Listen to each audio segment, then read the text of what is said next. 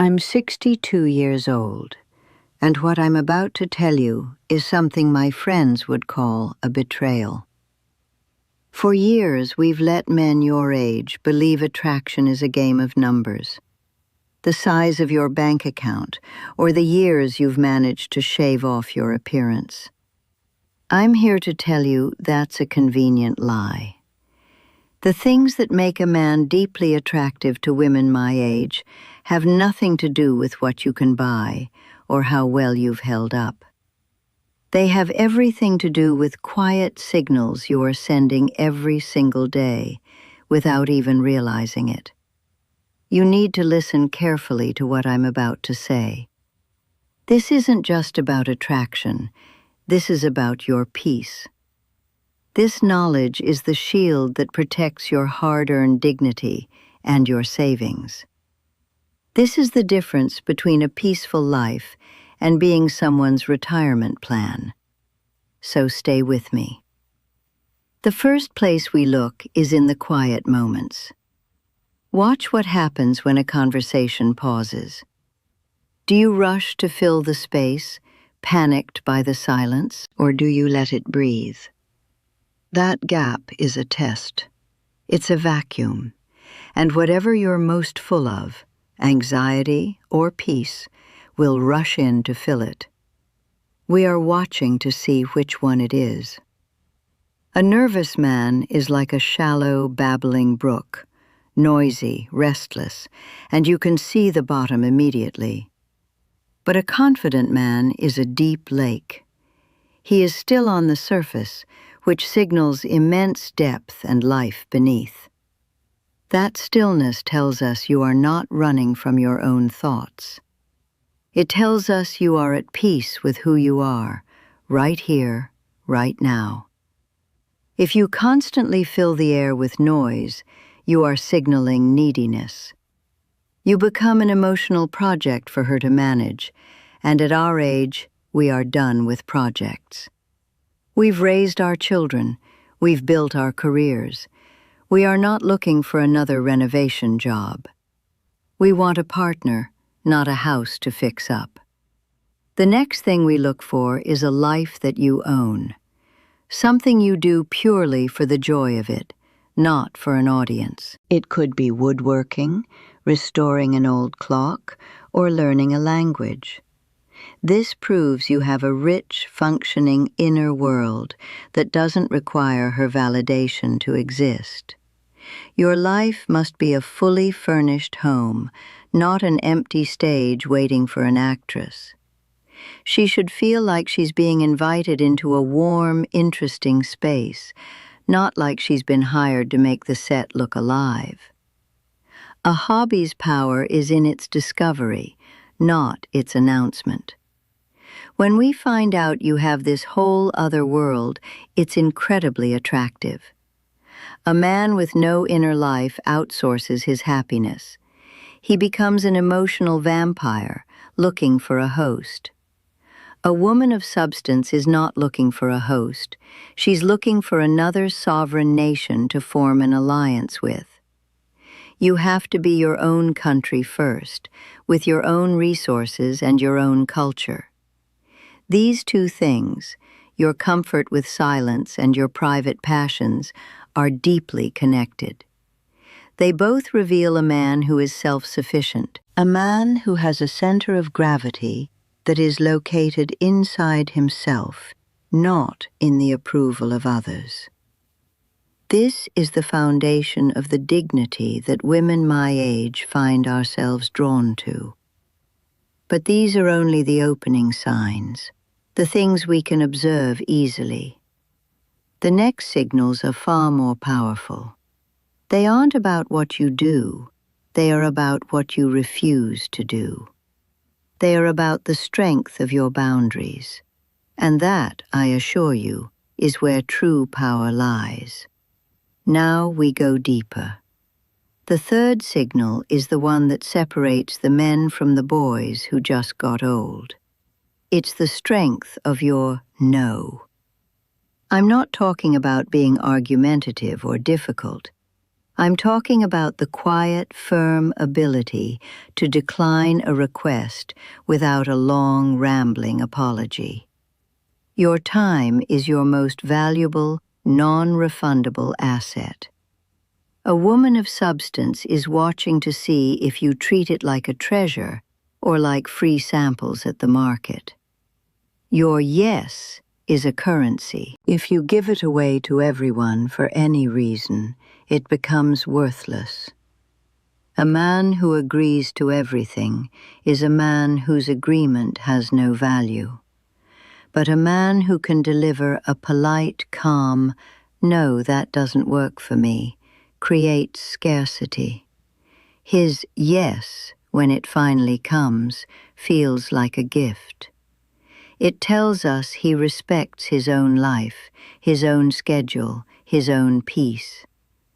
This is where the nice guy gets it wrong. He thinks constant availability makes him desirable. It doesn't. It makes him a utility. A doormat might be useful for wiping your feet on, but no one ever desires the doormat. A man who cannot say no signals that his own needs come last. And a woman who is looking for a partner will never choose the man who has already told her he doesn't value himself. Then comes the fourth sign, the one that can't be faked. It's how you react when small things go wrong. The restaurant loses your reservation. The coffee is cold. The traffic is terrible. A lesser man gets angry, flustered, or starts blaming. He reveals his emotional foundation is built on sand. He is showing us that a tiny wave of inconvenience can completely wash him away, and we feel it instantly. A man of substance, however, has been through real fires. He carries the quiet wisdom of experience. When chaos erupts, he becomes the calmest person in the room. He doesn't complain. He pivots to a solution. This tells us he has faced bigger storms than this. He is a stone fortress, not a glass house. His resilience is a powerful aphrodisiac because it signals safety. It tells us he can handle life. You see, your past struggles are not weaknesses. They are the beautiful cracks in a kintsugi bowl, mended with the gold of wisdom. We are not looking for a man who is flawless and unbroken. We are looking for a man whose scars prove he can survive. A man who rages at a waiter over a minor mistake is broadcasting that he is emotionally fragile and, frankly, a liability. This isn't about being perfect. It is about being solid. It's about being the man who, when the world around him starts to shake, becomes still. This stillness is the ultimate sign of power. It's the promise of peace in a world that is loud and chaotic. It's the one thing a woman my age craves more than anything else. So let me ask you, when things go wrong, do you become part of the storm, or do you become the shelter? Your answer to that question reveals everything about the man you have become. And we are always, always watching for the answer. And now we arrive at the heart of it. You've listened to these signs and you're probably thinking, why? Why the silent evaluations? Why all these subtle tests? I'm going to tell you the truth behind it, a truth that most women will never admit to you or even to themselves. It's not a game.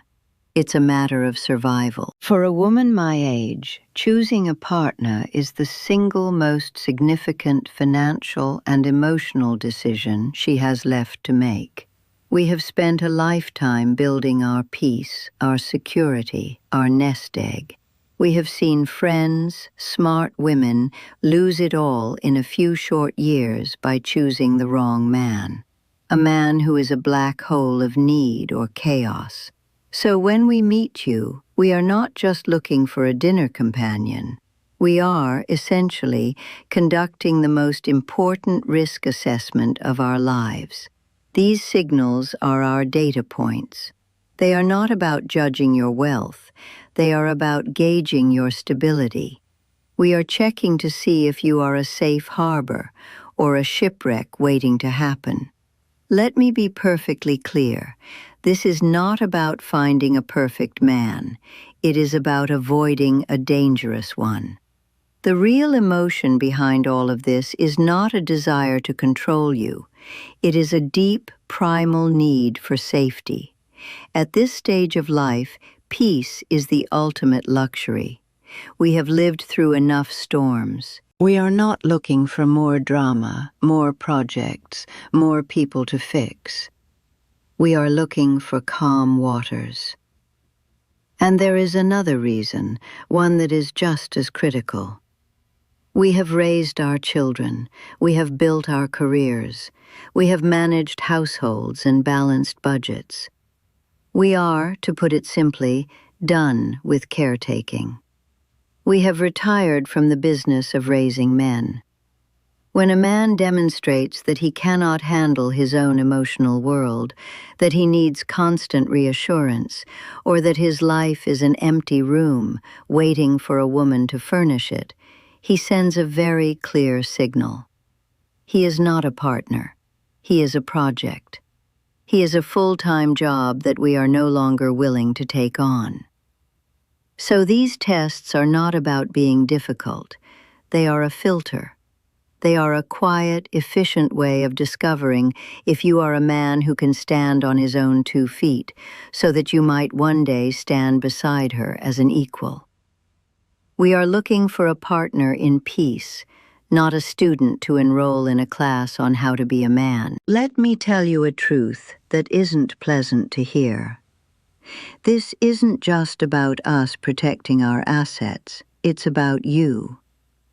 A man who reaches this age without an anchor is a danger not only to our peace, but to his own. We see him drifting, and we know, with a sad certainty, that he will eventually sink. And he will pull down anyone who tries to be his life raft. We step away not from a place of malice, but from the grim recognition that we cannot save a man from himself. We've seen what happens to the men who arrive at this chapter with an empty inner life. They become brittle, bitter. They turn into ghosts, haunting their own stories, filled with regret and blame.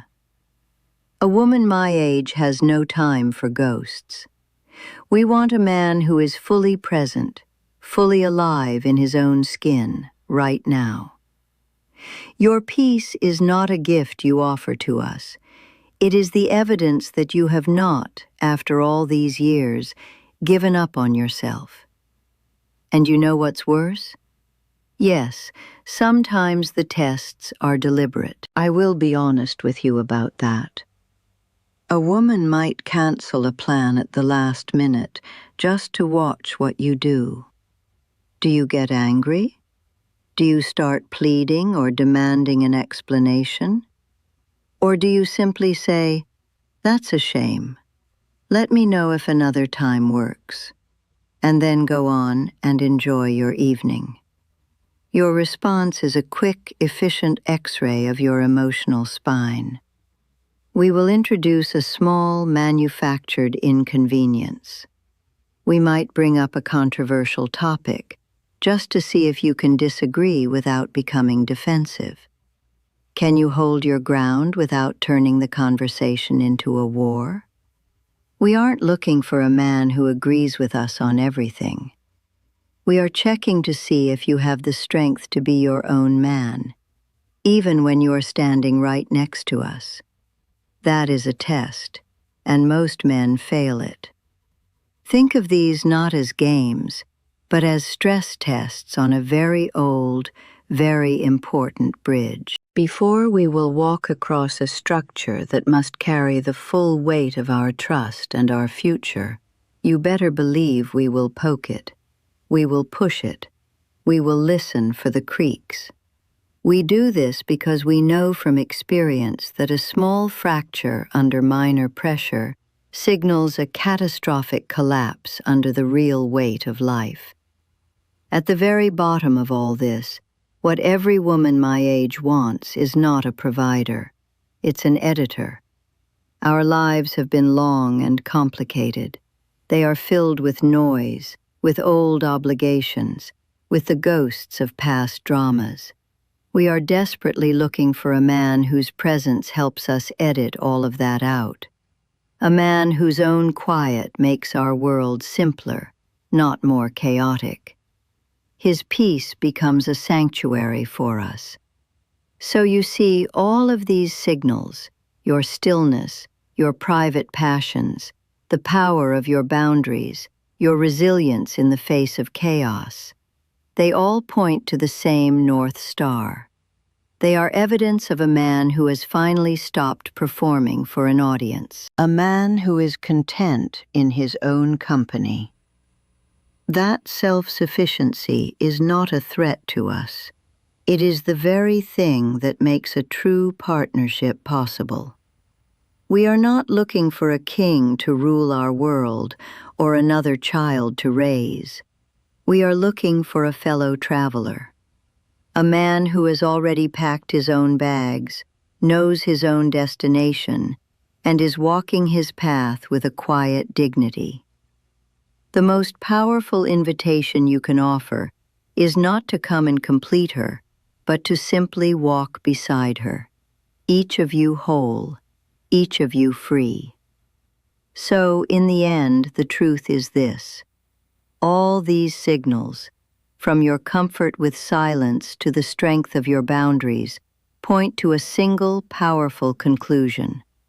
Attraction, at our age, is no longer about impressing a woman. It is about demonstrating that you are, finally and completely, at peace with yourself. The chase you thought you were in was never the real path to a woman's respect. This is not a new set of rules you have to learn. It is permission to stop following the old ones. You don't need to become someone else. You simply need to recognize the value in the man you already are, the one who has lived, survived, and gained wisdom. These qualities I've mentioned are not a checklist to master. They are the quiet trophies of your life, and it's time you give yourself credit for them. For so long, you have been playing a game with the wrong rules, on the wrong field. Trying to compete with younger or richer men is an exhausting and unwinnable race. The beautiful truth is, you are not in that race at all. The only real competition is with the man you were yesterday, the one who did not yet understand his own intrinsic worth. Your life's work now is not to acquire more, but to curate what you have. This means your focus must shift. Your main project is the cultivation and protection of your own peace. This makes you the gatekeeper. The question is no longer, does she like me? It is now, does her presence add to my tranquility? This change in perspective is the source of all your power. Do not turn this knowledge into a new strategy. That is just another performance. Instead, turn your focus inward. Genuinely find what brings you quiet joy. Tend to your own garden, not for an audience, but for yourself. Your cultivated peace will be the very thing that draws the right person in, and it will be the high wall that keeps the wrong ones out. Every week, I reveal more truths that other women my age would never admit. These are secrets you need to know to protect your dignity and your peace. Subscribe so that you are not caught unprepared by these games ever again. And now, I want to hear from you. Which of these signs was the biggest revelation?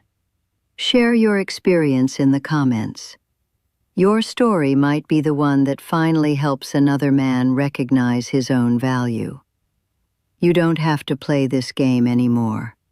Your peace is not negotiable.